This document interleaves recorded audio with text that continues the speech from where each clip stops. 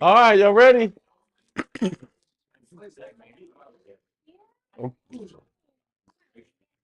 We're gonna get started. Sorry, we're starting a little bit late, but we'll still get the stuff out there.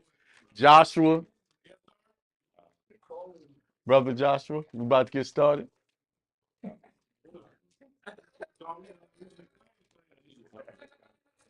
Huh? All right, so y'all ready? So we're gonna get the second half, and I kind of, when you're working with people, they start to rub off on you. So I got how I used to do. I just freestyle. I go to the website and show it up. But I've been working with this brother long enough. I said, you know what? I got to get me some slides. So these are my sources: U.S. codes and statutes, Yale Law School, United States Constitution, Black Laws Dictionary, third edition. We might go into that. We might not. Cornell Law School, and IRS website. All of the stuff I talk about mainly comes from these sources, the stuff they write. So you can't run around. Akeem said this. No, it's not what Akeem said. It's what they say. Okay? Just remember that when y'all quote me, Akeem showed me that they said it. Okay? All right? A lot of people, do y'all notice that a lot of people that teach, they'll be talking and tell you what something is, but never show you where they got it from? Right? So, and a lot of that stuff happened now. Let's talk about this. A little side note. George Floyd, right? White cop killed him, supposedly. But y'all know the autopsy results came out, right? The real one. He wasn't killed by strangulation. No. He did no asphyxiation. He had enough fentanyl in it to kill his whole room. So what you saw was a man just leaning on a man who was, I'm not saying that the cop didn't do something wrong, because he did do some stuff wrong, but that's not what killed him. Because there's a lawsuit out there now that case came up, and they showed the official autopsy results. See, but your perception came from what? The media painted this picture that 9 minutes, this is what happened. And they said not, wasn't it? It was 9 minutes, right? Yeah, 9 minutes and like 40 something seconds. Right. Isn't it a coincidence they use the number 9? When everything you do is in 9, your socials are 9 digits, EINs are 9 digits. It takes 9 months for a woman to have a baby, or, if she's healthy and it goes to its term. So everything is a theater to get you to see things a certain way, to keep you walking down that path, just like they do with cattle when they walking them off to slaughter. They go through a narrow path, and they lure them with food all the way. That's exactly what's happening to us. That's how they are presenting information. How do they start you off with the information? They did a study of children to see what makes some children geniuses and some not. And they found something surprising. They said between the age 0 and 6, almost over 90% of children exhibited genius behavior. All of the children they studied. Then they went back and studied them after they dealt with the whole school system, and they were down to 20% after doing public education. Y'all think that's by coincidence? The educational system is a perfect working machine. It's just not good for you, but it's good for the system. And that's what it was. They had a meeting about this. They wanted to figure out, how can we get a generation of people to be dumb and work for us forever and make their kids do it? They had a meeting. They went to the Horace Mann, who was the father of public education, went to Prussia, which we call Germany now, and tried to figure out how did Hitler get these young people to go through do all of these things. It's through indoctrination and propaganda. All of these new age or new, I don't even want to know if they're new or how, whatever you want to call it. Everybody want to identify as something other than what they was born to be. Um, how did they do that? It was in the educational system. They were teaching this stuff to the kids through the material, and you didn't even know they were teaching your kids that. Because we too busy working, because that's what we're being responsible adults and not paying attention to what our kids were getting in these schools. Now it's so far gone, it's no turning back. You see? But we're going to talk about an identity that you need to have in order to protect your assets, in order to protect yourself from the mechanism they have in place to trap you into being a slave. The movie The Matrix is a biography of everybody's life in here. Okay, that's real. Exactly. Remember when he got Neo and he said one of the first things he said, Neo, are you a slave? And one of the first things he talked about is IRS paying taxes. Isn't that the bane of our existence? Man, taxes. I gotta do this. I gotta do that. Taxes are not a bad thing if you know how to handle them. You see? So those are the sources. We're gonna go to those sources and look them up and talk about what I'm gonna talk about here. Okay, this is the discharge seminar. People ask, can you discharge student loans? Somebody answer that. Can you? Yes. Can you discharge mortgages? Can you discharge credit cards? And the next is the steps. You already answered all of that. I'm trying to be a little fancy. That's as good as it get right there. There ain't no more little ain't no more of that. So let's look at discharge. Now that is so small, I know I can't even read it. So I'm gonna have to how am I gonna read that and keep it up on the screen? Huh? Okay. Somebody come up here and read it. Oh, you were absent. Man, Warren, you better keep him. You better keep him. I'm sitting up here. I got the book right here. How am I gonna read this and it's sitting right here? Oh. Huh? I can't see with them glasses on. Those are only for distance. So I can see if y'all can sleeping on me or not. So we're gonna look up the word discharge. Huh? You go when we read this, y'all gonna see something very interesting about this. Oh, this is the Black's Law Dictionary, third edition. Somebody help me find discharge. Somebody who's sharp. I'm gonna use one of these young eyes right here. When you get it, let me know. Discharge. This is Black's Law Dictionary law of definition of discharge. I can read that from here. Huh? Page, oh yeah, 584. Genius again. I'm sitting here looking for the page number sitting on the screen. 584. I'm in the game. I'm there. I'm just, yeah, you got it. All right. You don't have to read all that. Start right there.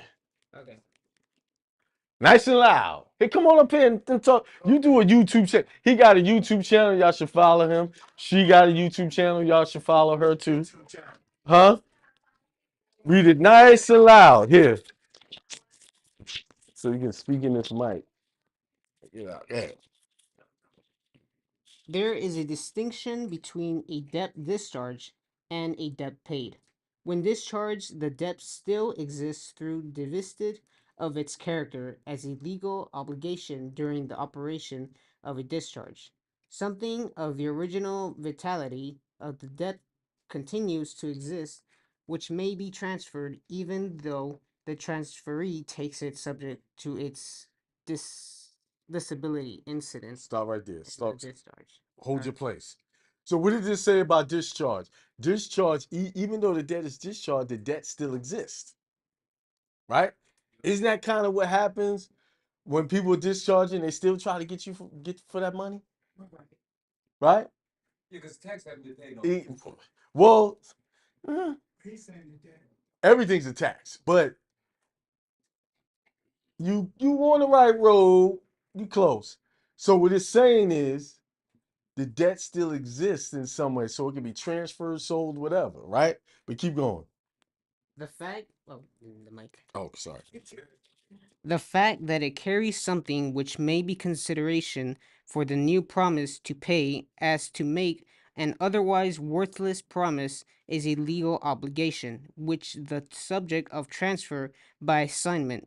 Stanek v. White, 72. You don't have to read those. Okay. Those are just All right. cases. Keep going. Discharge by operation of law is where the discharge takes place, whether it was intended by the parties or not. Thus, if a creditor appoints his debtor or executor, the Executor. executor. Read that again, because I want to Okay. hear that with some emphasis. Read it again. Okay. Thus, if a creditor appoints his debtor, his executor, if the debt is discharged by operation of law, because the executor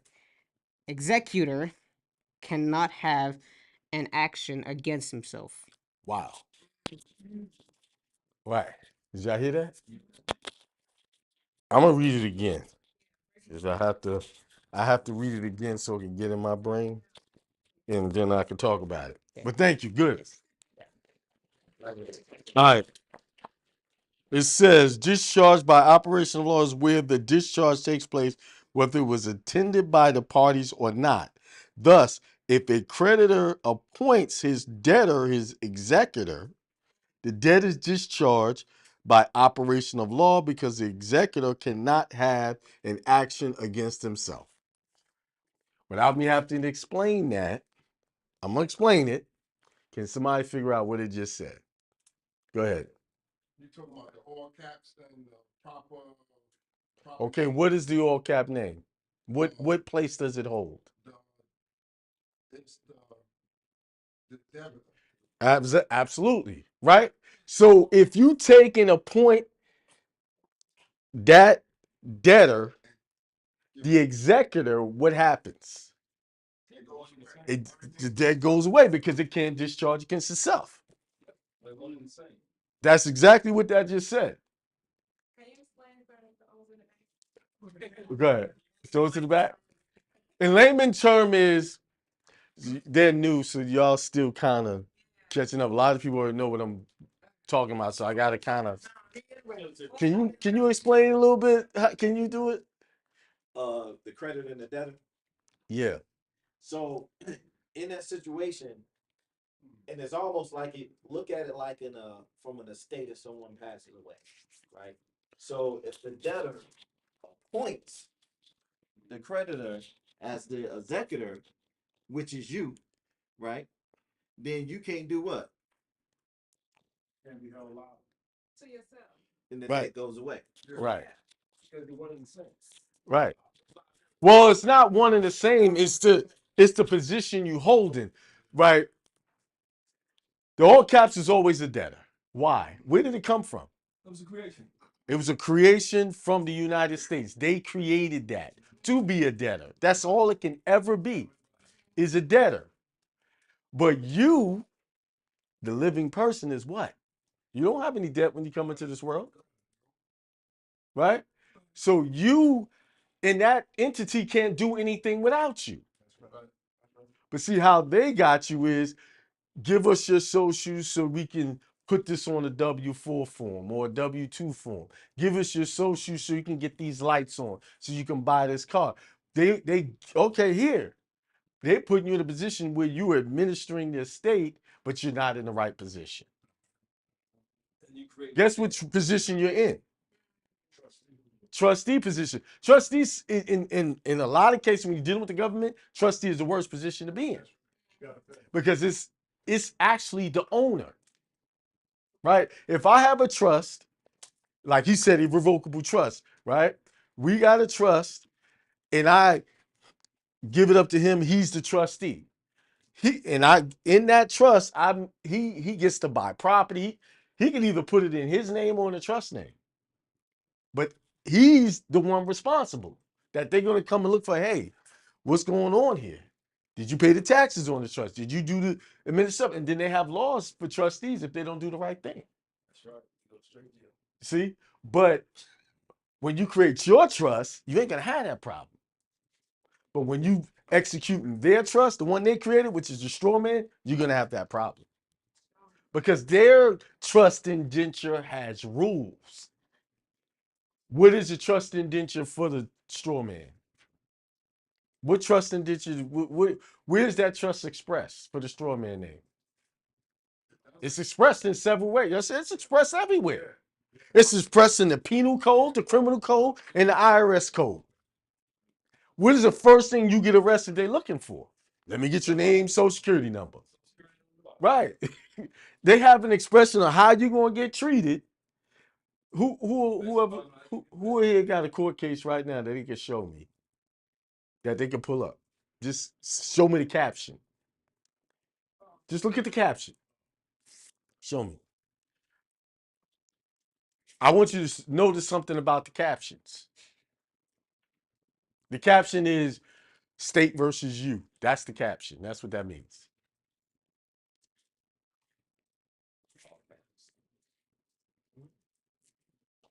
He's pulling it up.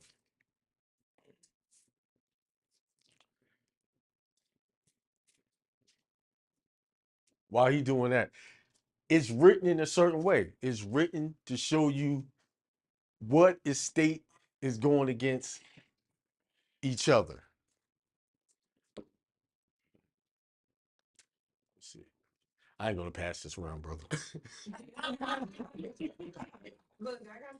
See how here they have it up and lower, but let's see the documents. Can you see the documents? You talking about Like where I could actually see the filings. A lot of them closed. Right here. Still, Oh no, hold on. you need the actual filings, like the paperwork they put in the case. Don't worry about it. They get the point. Whenever you look at a court case, it's always, let's just say the state is going after you for something. It'll say the state of such and such against you, but your name is always in all caps. So that means that's not you they're going after the estate. But you walk in there thinking that's you because the letters look the same as your name. But you're not paying attention to how it's styled. Styling is important to anything you do because you're thinking, oh, this is me and you out in the court. No, you don't know this, and they let you roll right in there and take that position, and then having you paying into the estate on behalf of for whatever they're saying you want. That's for traffic tickets, all of that stuff. All right, let's go. Let me see.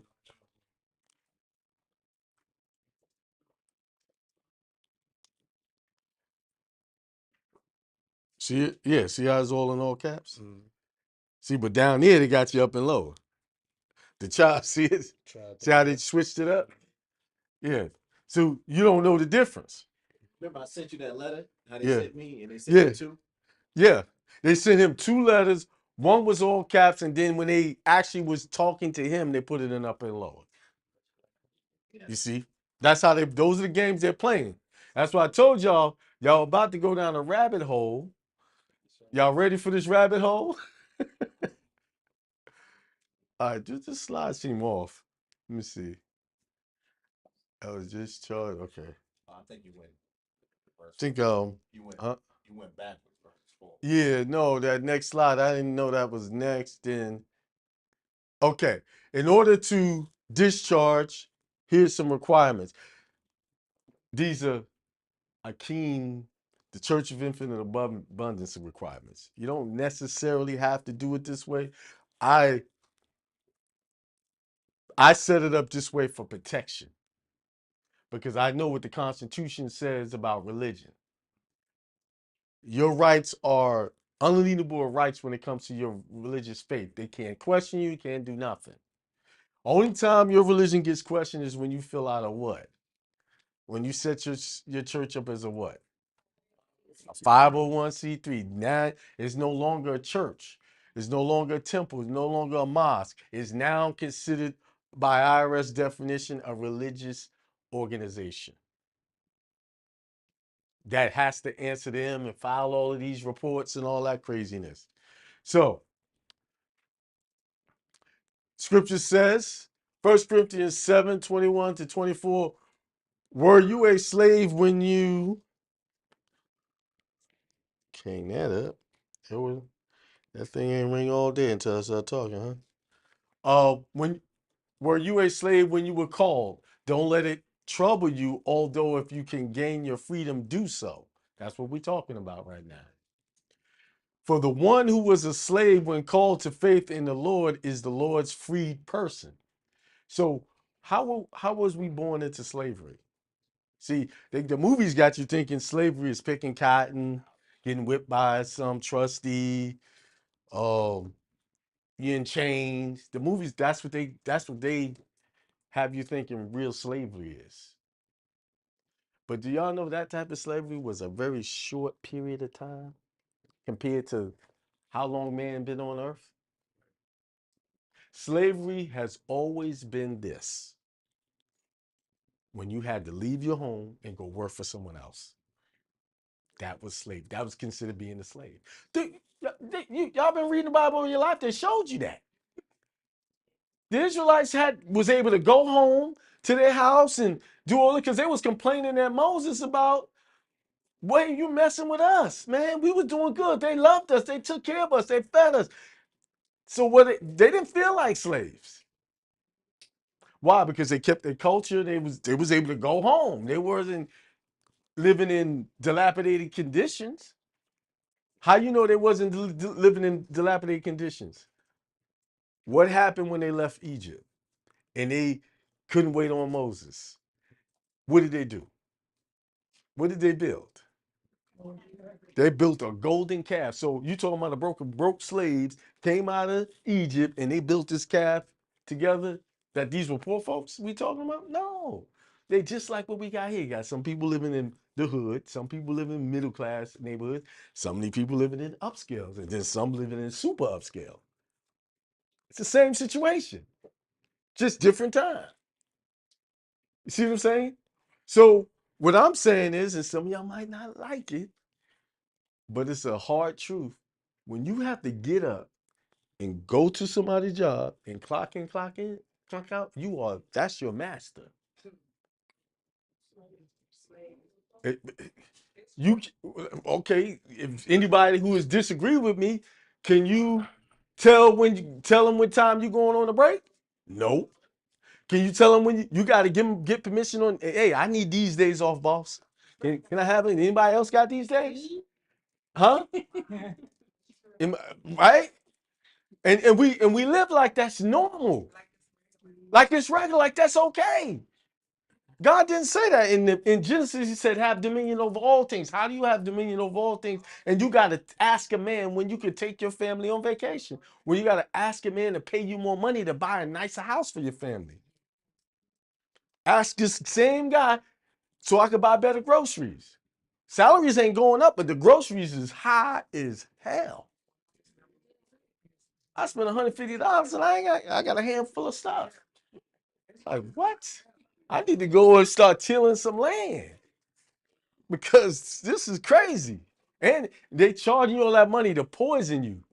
That's crazy. That's the worst part about it. It ain't even good food you buying. Right? So for the one who was a slave when called to faith in the Lord is the Lord's freed person. Similarly, the one who was free when called is Christ's slave. You were bought at a price. Do not become slaves of human beings. The scripture told y'all that. Look, it said it right there. Don't be nobody's slave. Brothers and sisters, each person that's responsible to God should remain in situation that they were in when God called them. What situation was you in when you was called? when you was born. Let's put it like that. You was free. You didn't have any idea what debt was. That you would have to grow up and want to be a fireman, policeman, and all that craziness that they get you put in your head. You just wanted to be free. It was the adults who came in and said, "This is what it is to be responsible. This is the yeah. You got to go get this education and get a good job so you can collect your 401k." Y'all know that's a scam, the 401k, right? Because they done spent all that money.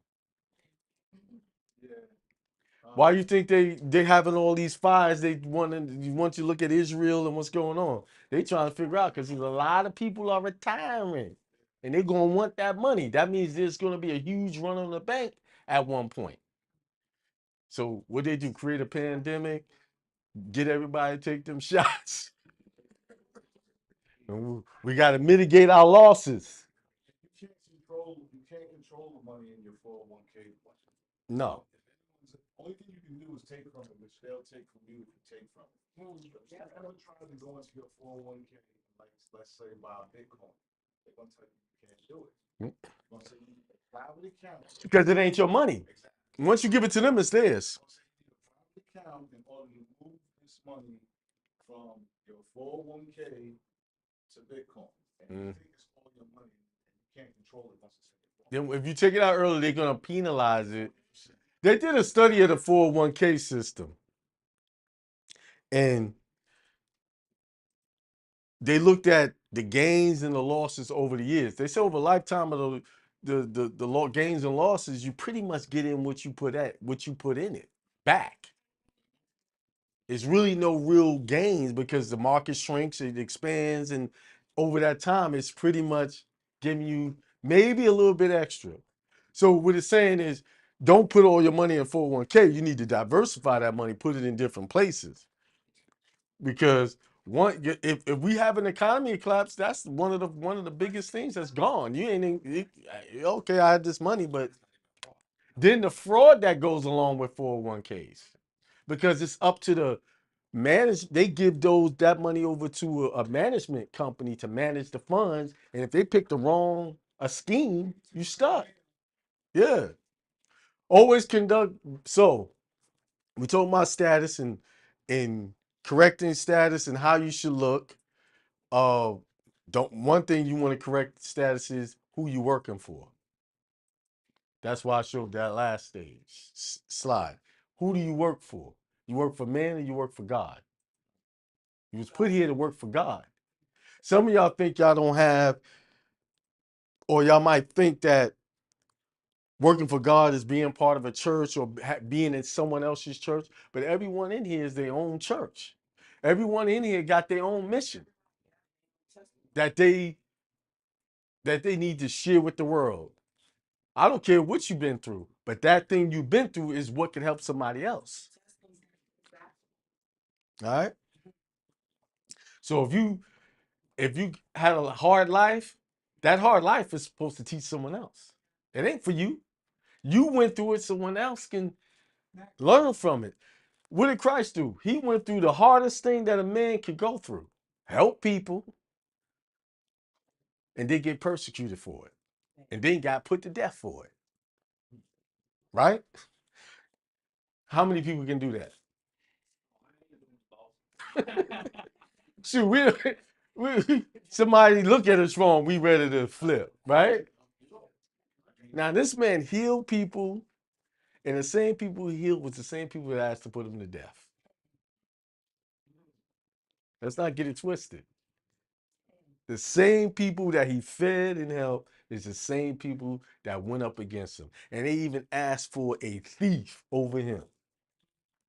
Someone who was already up there before, who was already convicted before he got there. And he did nothing but try to help. So,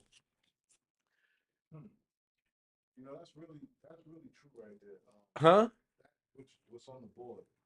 Conduct your business according to your religious beliefs. Yes. But groups of people are already doing it. You see it every day when you watch movies and stuff like that.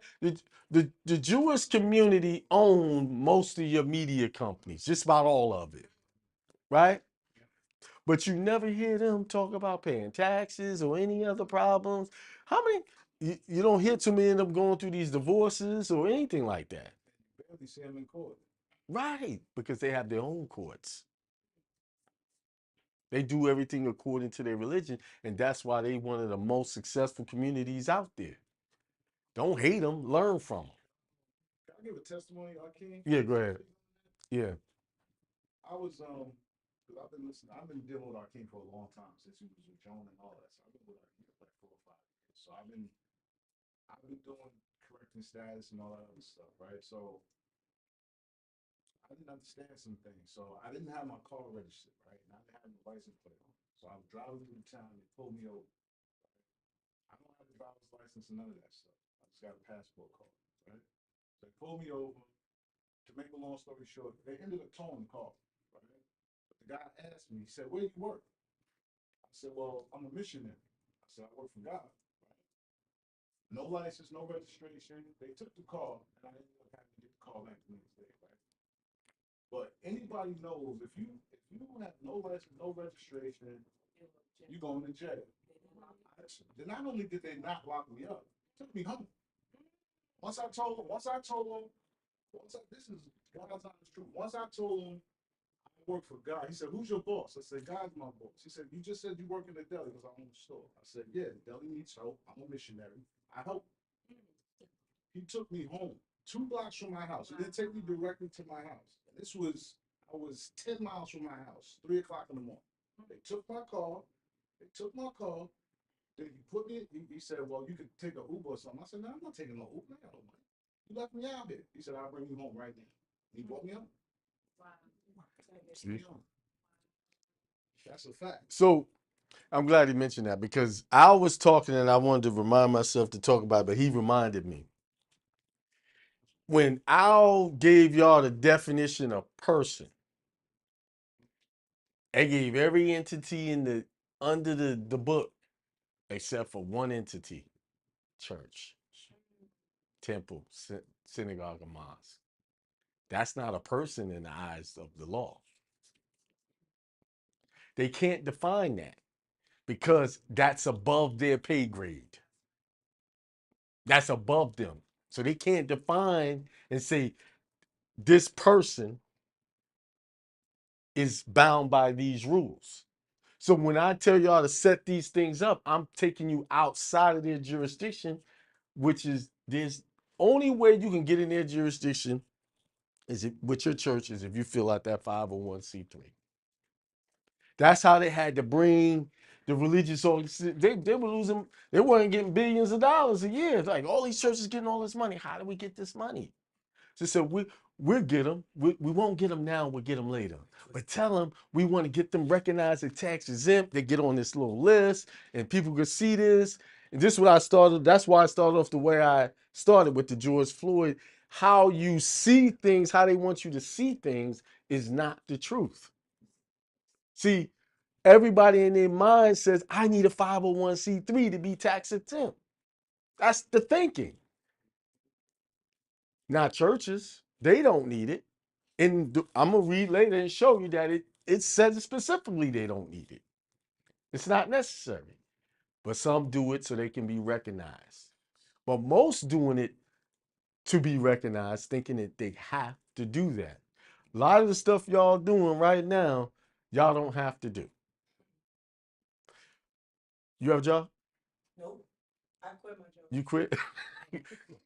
Sorry. Give her a hand. Huh? Huh? All because of what you said, I was just going to work feeling like a slave. And then to get my check ain't even over $500. Oh, yeah. You can make $500 just using, you can make more than that with your imagination. Really, it's so many ways to make money. Is it if you're not making money outside of a job, you're wasting your God-given talents. Everybody got a talent that they can capitalize on and make lots of money at it. You asked me, remember what I told you? Huh? You came right here, you asked me earlier, and my response to you, you asked me, what was I hoping to get off the slaves today? Mhm. And what was my response? I can't remember. Remember.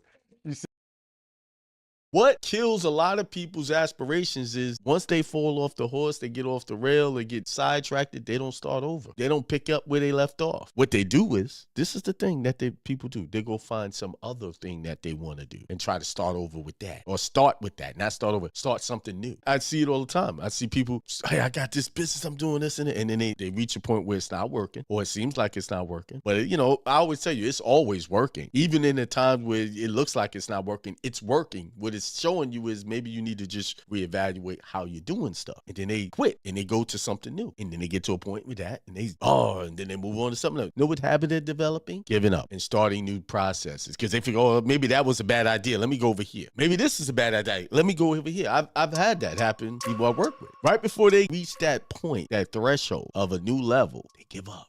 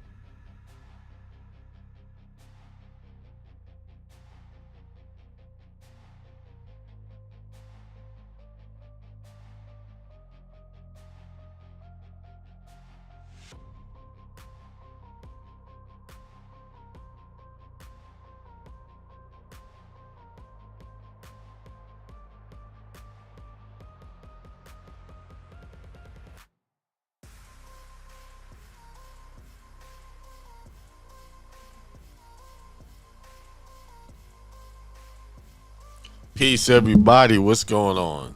Thanks for tuning in on this Tuesday, January the 2nd, the second day of the new 2024 year. It's here. 2 days in already, pretty much. So I've been preparing you guys since the last couple of months for this time to reignite or ignite your progress. I was listening to the that seminar we did. That was in Atlanta, actually. Yes, that was the Atlanta seminar, and I was like enjoying it. It's always good to sit down and watch or hear yourself teach, because you can see where you need some improvement. I like to listen to myself, and that was the first time I've actually listened to that. I found it and I played it, and I was enjoying it. I was like, man, okay, go ahead. Let me, because see, when I'm teaching, I don't remember everything I say because I'm coming from a place from the spirit. So it's like God is speaking through me at the time. So I'm issuing out.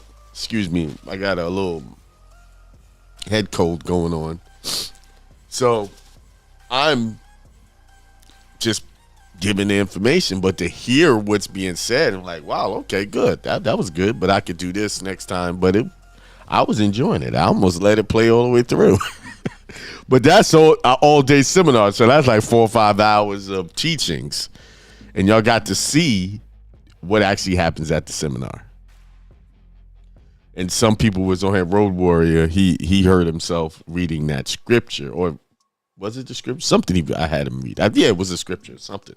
No, I had him reading the discharge from Black's Law Dictionary, the 3rd edition. So, excuse me, I don't mean to blow my nose or rub in the camera, but I was almost not gonna do a show because I was just sneezing and all that. But I burned some peppermint, boiled some peppermint water. Inhaled that, and then I got some menthol right here, burning it on my charcoal to kind of help everything. So, those of you who don't know, we here have a somewhat of a crisis going on here. Beth is in the hospital. We had a little health scare going on. She's doing a lot better. She's doing good. So I just putting that out there. I won't go into all of the details because I don't have her permission to tell her business like that. I don't want to commit any HIPAA violations. So but to all of you guys who know, thanks for the well wishes and the prayers. But like when you have somebody in the hospital, it's a constant every day. Okay, it's a disruption in your normal schedule. So you gotta fit that in. But we handling it well. We have some good neighbors who's helping out. But anyway. Yeah, that seminar was good. Like somebody said they gotta get to a seminar. Let me see. Let me put that up on the screen. I gotta get. Oh, that's DJ. Yeah, okay, yeah. He said when I'm gonna get to Maryland. I'm gonna get there. I'm gonna get there, brother. Man, you need to leave Maryland and explore the planet. I know you got a passport. But anyway, I'm gonna get to Maryland. I was actually planning. I was supposed to go to Miami this month, but that got disrupted. Can't do that. I got to stay close to home. And that's indefinite. I don't know how long this is going to last. So, but, things happen. They're there to teach us stuff and to look at things a little more closely. So, of course, they ask you, do you have all this paperwork prepared? Yeah, we have our stuff prepared. We have our trust. But then I saw some things that we need to tighten up on. But anyway, it's 2024. I know you guys are. Hang on one second. Let me do something. I will be right back. Give me 1 second. Let me clear something up here.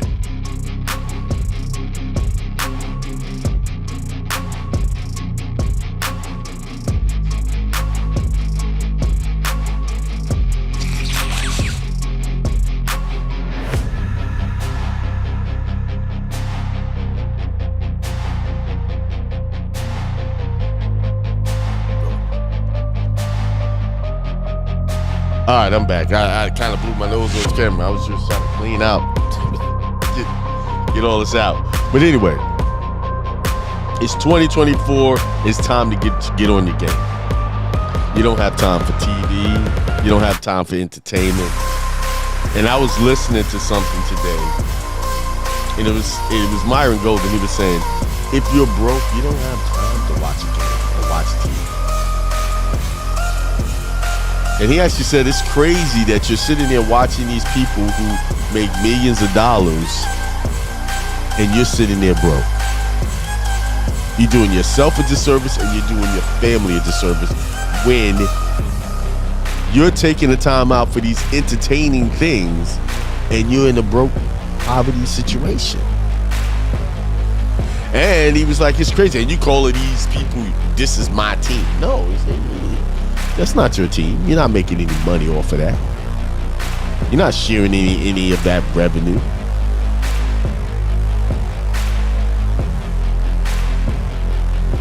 I know I'm touching some nerves because somebody out there is spending more time on entertainment than they are on their purpose, on the things they claim they want all of this success, but they won't give up the vices. They won't give up the entertainment. Those entertainment, let me tell y'all something. Television, movies, a lot of these things that they give us for entertainment, games, they make that for the broke people. Because the rich people are not sitting down watching this stuff. I can tell you for sure they don't. You know how many box seats I was given as a gift from people who owned these box seats, and they weren't even at the game. They never barely even went to these games to watch them. They would give them to their employees. They would give it to their clients that they're trying to woo into being a client. But for the most part, they're not going. When I worked at the World Trade Center, I got, hey, Akeem, you want to go to the game tonight? I got box seats.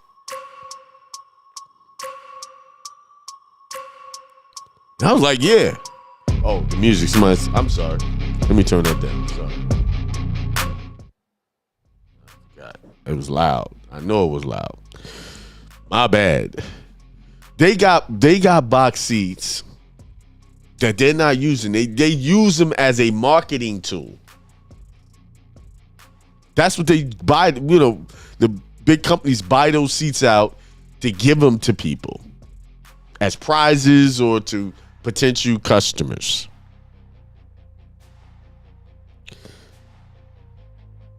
You go to the average person who's got bank, and you talk to them about, oh, you see the game? Like, oh, no, I didn't see it. They heard about it. Because they're too busy working on their business. I was listening to a broadcast, and the guy was saying, you got a factory. You got a guy who works on the line. They said that guy watches average of 30 hours of TV a week. The guy that's over him, like the foreman, he averages about 20 hours a week. The guy that's the foreman's boss averages about 10 to 15 hours a week of TV. And the guy over him, you see where I'm going? The higher up the people were in this company, the less TV they watched. Why? Because, and they, of course, at the higher up you get, the more money you're making, right? So, what that says, those who invest more time in entertainment than they do in working and studying and learning things make less money.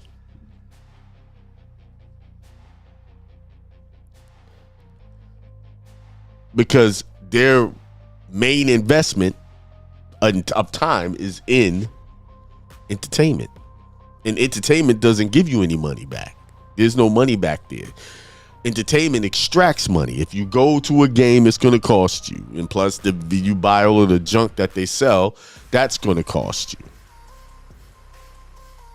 You go to the movies, same thing. I'm not saying not to do these things. What I'm saying is, there's people out here that religiously, I got every new movie come out, they got to go and see it. Boom, I got to go to this movie.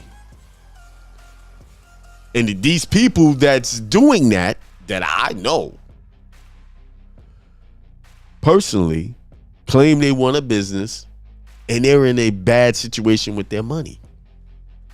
They're living in desperation.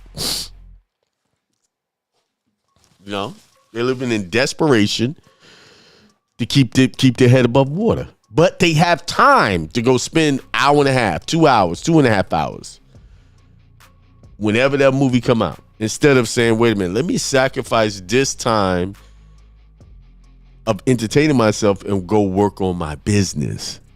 And I'll have conversations, period, like, hey, how's the business going? Yeah, you know, it's going okay, but, you know, the reason why it's not doing as well is because I'm not spending as much time. At least they admit it. I'm not spending as much time as I should. But then in the next breath, yeah, did you see that movie? See? A tree is judged by the fruit it bears, period. The results you're getting in your life is indicative of the type of tree you're growing in your mind.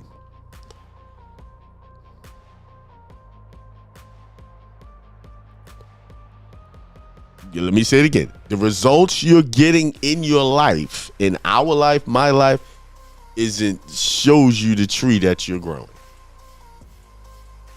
That's the truth. If you're not getting any fruit, that means that tree is not is what you call infertile. It's a bad tree. Okay?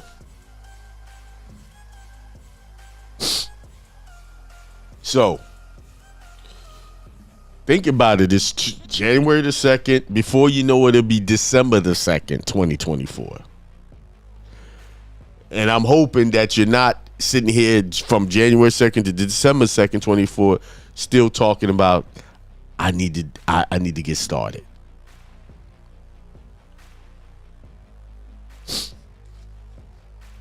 I hope not. I hope you're not doing that. I hope that we don't have to do that. Progress. Whatever it is you're trying to do, just go ahead and start it. Even if you really don't know what you're doing, start it. Do something. You will eventually know what you're doing. You will eventually figure it out. Just go with the idea. Push forward. Get it started. Don't worry about fancy equipment. Whatever it is, don't worry about being all fancy and doing all the bells and whistles, the frills and the thrills. Those people that you see doing certain things and they look like they got all the frills and the thrills, that I can guarantee you, if you go to them, it didn't start that way. And the ones that can start that way, a lot of them already have a lot of money. So they can go ahead and invest in all of that stuff right off the rip. But most of us don't. Most people are not in that position to do that.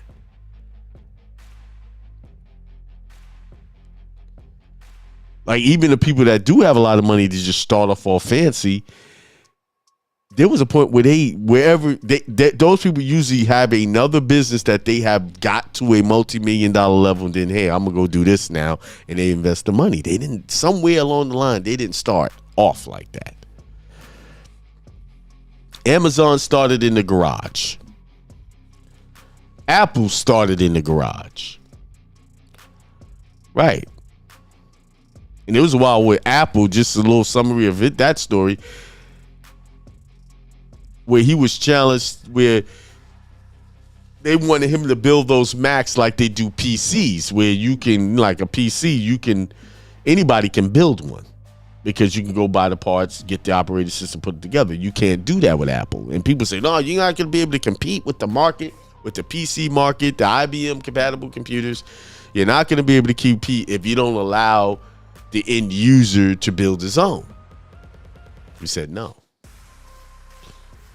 I'm not going to do that. Any old body is not going to be able to build this in their kitchen, in their garage. They're going to have to get it originally from us, period.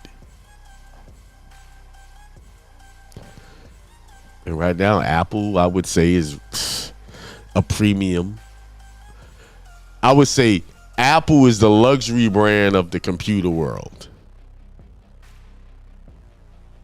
I wouldn't even put him on the category of Mercedes, Benz, and I would put him higher, like the the Bugatti level. If because Apple is a premium brand. See, a PC, you can buy an expensive PC, but the value will go drastically down after about 6 months to a year.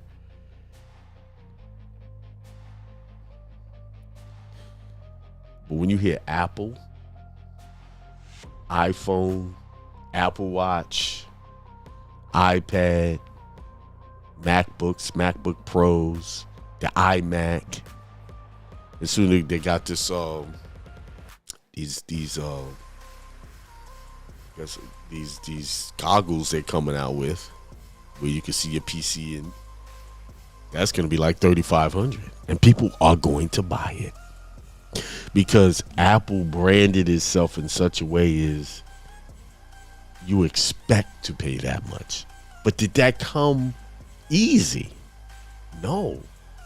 That came with slow, methodical, pushing the ideal and not giving up on it. Because at the time when Apple was at that crossroad or failing and becoming a premium brand, PCs were very popular. It was the easiest thing to get, and that's what people wanted. People who bought Apple was like what Bitcoin was when it first came out. People who was really fanatics about cryptocurrency, and they was like, get it. And they got it at a very low price. I remember someone was trying to get me to buy it when it was around $30. And I let someone who I respected talk me out of it. That's why you gotta be careful who you listen to. And that wasn't that long ago. We're talking 2015. That's not that long ago. And if I had bought some, I had people who wanted to pay me in Bitcoin. I was like, and I scoffed at it at the time. But there was people who had real faith in it. Like, it's going to be something. They believed, and they held out, and then it just broke loose. And then more people got on. Apple was like that, where people who wanted an Apple computer was really into the engineering, the technology, like the seriousness of it. Not just getting the PC to do whatever. These people were serious. Computer enthusiasts. Those are the people who bought Apple. And then now it's a household name. I remember when I was in high school, we had Apple IIe's. It was the keyboard was about this big, that thick, and that big. And I had these. That was the time I was hacking software, and we had the little floppy disk, and I would take the games, put them on the floppy disk, and then put them on each body. Everybody load them, but that's when you could load them on everybody's computer, and you could take the disk out and play them. And everybody had the same game. In our computer class, when I used to go to high school called Chelsea Vocational in right there by Chinatown. So that's the same thing with what you're trying to do. You're trying to build a premium brand, a premium business where people are coming to you, even though there may be other people that do stuff similar to what you do, but they don't do it quite like you. But you have to be true to your cause by pushing forward. But if Apple, like if Steve Jobs had when they created that first Apple, and then he got all of the resistance, he put that out there. At that time, PCs were a thing. They seemed to be better. But he still put his product out there. And he continued to do it, even though with all the oppositions, even though the hard times were, even though when it looked like it was going to fail. And when the iPhone came out, that very first iPhone came out, when he was shopping around for the parts, I want to be able to touch screen. I want to do this, and the screen had to be fingerprint resistance and all of these things. Now think about the iPhone. This is a perfect example of why I say you need to just put your stuff out there. That first iPhone, technology-wise, it was a great phone. But service-wise, it was a horrible phone. It had bad service. I think AT&T was the one who brought out the first iPhone. You can barely make calls with it. But if he had let that hiccup where the reputation of the phone calls stop him, he would have never put the iPhone out there. Because they were courting Verizon Wireless, which was at that time one of the largest wireless carrier in the country, with better network than AT&T.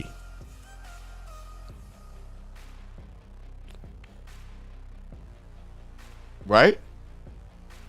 But Verizon Wireless had a vision, and it didn't match up with what Steve Jobs wanted. Steve Jobs, what he wanted was there was certain technologies that Verizon wanted them to change, and Steve was like, "No, I'm not changing that.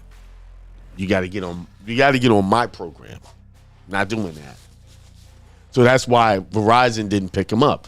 AT&T did it. Even though their coverage was shoddy at the time. Now, that's the point I'm trying to make. Sometimes when a product hits the market, it's not going to meet all of the standards of what you need to get it, to that premium brand. But it meets just enough needs to be a rival or competitor. Like, what was the needs that first iPhone did something no other phone did? It had the touch screen, and you could put your, because what do you had? Those iPods? Remember, it was just the iPods, right? Now you had an iPhone with the iPod built in it, so you can make phone calls and listen to your music, plus whatever icons that they have. I'm a little fuzzy on the first iPhone because I didn't buy it at that time because I have Verizon Wireless and they weren't carrying that phone. But I know people who was waiting. I can't wait till the iPhone came out. And we could make calls and they got it. We could barely talk on the phone because the coverage was terrible. But I remember the Boondocks even made an episode about it. And the guy said, iPhone will do this and this and that. Then the other character said, well, can that thing make a phone call? They were just, making jokes about it in the Boondocks episode. But think about if they had let just that phone coverage stop them from launching that. Think about that. They didn't let the phone coverage stop them. They didn't let them stop them. And now iPhones has forced people who were serious diehard Android users to get it because of the convenience of it all. I was a serious Android fan for years. I wasn't buying no iPhone. And then one day I decided to buy one. And I haven't looked back. I got this one. This is not my actual full-time phone, but it's an iPhone. And my actual full-time is an iPhone. I'm using a MacBook right now. I got an iMac right here, right to my right hand side. You see? That's because the vision that he had, he stayed dedicated to it. Are you dedicated to your vision? Or are you dedicated to the movies, the television, the sports, the entertainment? All of the things that can't make you money. I leave out video games. Why do I leave out video games? Because, yes, I enjoy video games, right? I play them from time to time. But the one thing about video games, you can monetize that. So if you're a guy who's a gamer or a girl who's a gamer, you could turn that into income. Set up a channel, let people see you play, and engage with your followers. That is a big space to get into. There's so much money to be made in that. So anybody who's listening to that is a gamer. So instead of using that time just playing games and not making money, turn that into if you're gonna spend hours doing it, turn it into hours making money. That's what I say. Well, you can actually turn watching movies into making money. You could start you a channel talking about the movies, what you like and what you didn't like about a movie. You do it anyway, right? You call people up and you talk about it. You in your house, you talk about it. How about taking that and turning it into a way of making money? Take your simple conversations and turn them into money-making conversations. I know it's a hard concept for some people because you're so used to being told what to do. You're so used to be told you need to clock in, you need to clock out, you need to take your break at a certain time. You can only take this time. You can only take time off from the job. I understand. That's what you're programmed to. That's your daily life. And I'm telling you something to take your daily life and turn it into a money-making thing. I mean, there's thousands of channels on YouTube just talking about different subjects, different things. Unfortunately, one of the most popular things that people make money off of is gossiping and talking about each other. But you know what the number one thing that people make money off on YouTube? And it has nothing to do with gossip. The number one thing is how-to videos. Talking about products. Yeah. Some of the top channels out there are how-to videos. Like there's a guy, Scotty Kilmore. He talks about cars. He's got over 1 million followers. He just talk about, and there's people who just talk about new cars that come out. Shoot, if you got a car, you could do a video talking about what you love and what you dislike about your car and start a channel off just like that. I'm giving y'all all kind of ideas for 2024.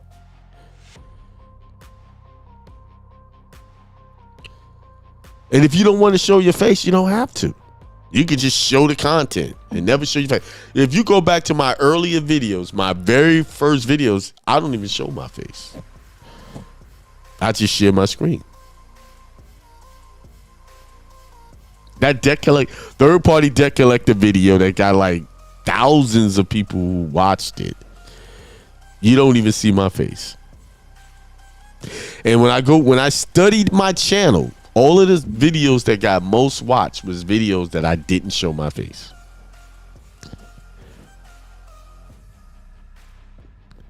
And those were basically how-to videos. Right? I'm giving y'all the game. You don't have to take a course. You don't have to pay somebody to tell you. I didn't pay anybody when I made my first video. I just made a video, put it up there. I just wanted to show people about the debt collector laws. I didn't realize it was going to do that. That's the video that was able to get me monetized.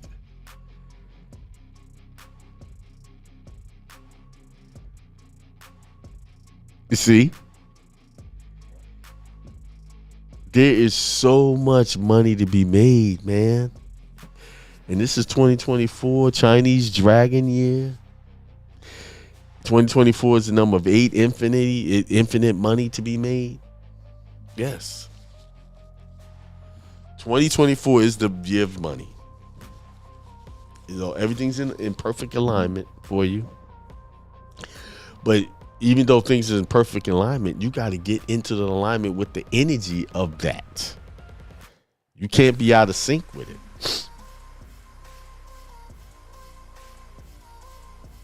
What time is it? 8:08. I planned on going back to the hospital.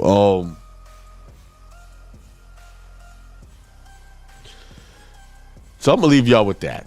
I think I said enough. I think I got on your case. Pretty soon I'm gonna stop beating y'all up about this and let y'all do what y'all do, because I got things to do. I got millions to make and a family to take care of. And I will remind you that don't get distracted by complications that may arise. No matter what, don't get distracted. Keep pushing forward. Remember, sometimes these distractions just to test you to see if you're going to stay with it. Just got to fit that distraction in. If it's something that, like what I'm dealing with, I got to deal with that, right? But I'm gonna fit in. I'm gonna still do my job. My main job. I got to bring in the bread to take care of the family. Put aside some emotions and get focused. These storms that pop up are just ways to turn you away from where you're going and get distracted. You never get back on. You know how it is. You start something really good, get a good momentum, and then something distracts you. You never get quite back to where you were. I see it in my group all the time. People have started from the beginning, doing very good, and then they got distracted. And they say, I'm gonna get it. I'm gonna get it together. I'm gonna do this. I'm gonna do that. And it's hard because you done made a practice of not staying focused. So that's where your strength is. Not being focused is where the strength is. You gotta exercise. And how you exercise your strength is to, when these distractions come up, don't use this distraction as an excuse to stop what you're doing. Just take the distraction, like with me, fit it in. Okay, I have to be on my computer and check for loads and stuff. I got to do this and do that. Take the computer with me while I'm there. Just be there and show support when it's necessary.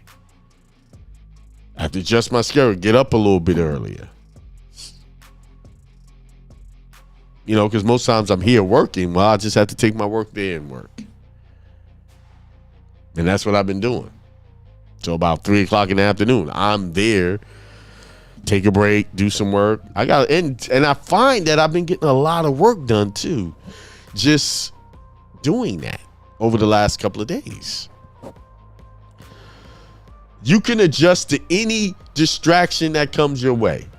Just don't stop what you're trying to do. Don't stop and let the distraction overwhelm your progress or what you're trying to work on. Don't let that happen, because the moment you stop it and put it off, it's going to be so hard to get on. Just take the distraction, whatever it is, especially if it's a situation you have to deal with, fit it in as make it a part of the schedule until that distraction is gone.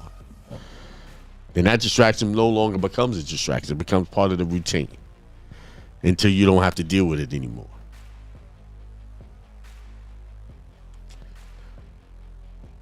See?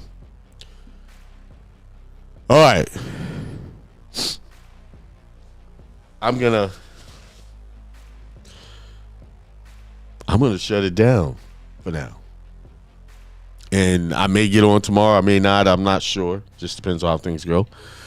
But with that being said, I'm gonna tell y'all peace, prosperity, and extreme wealth to all.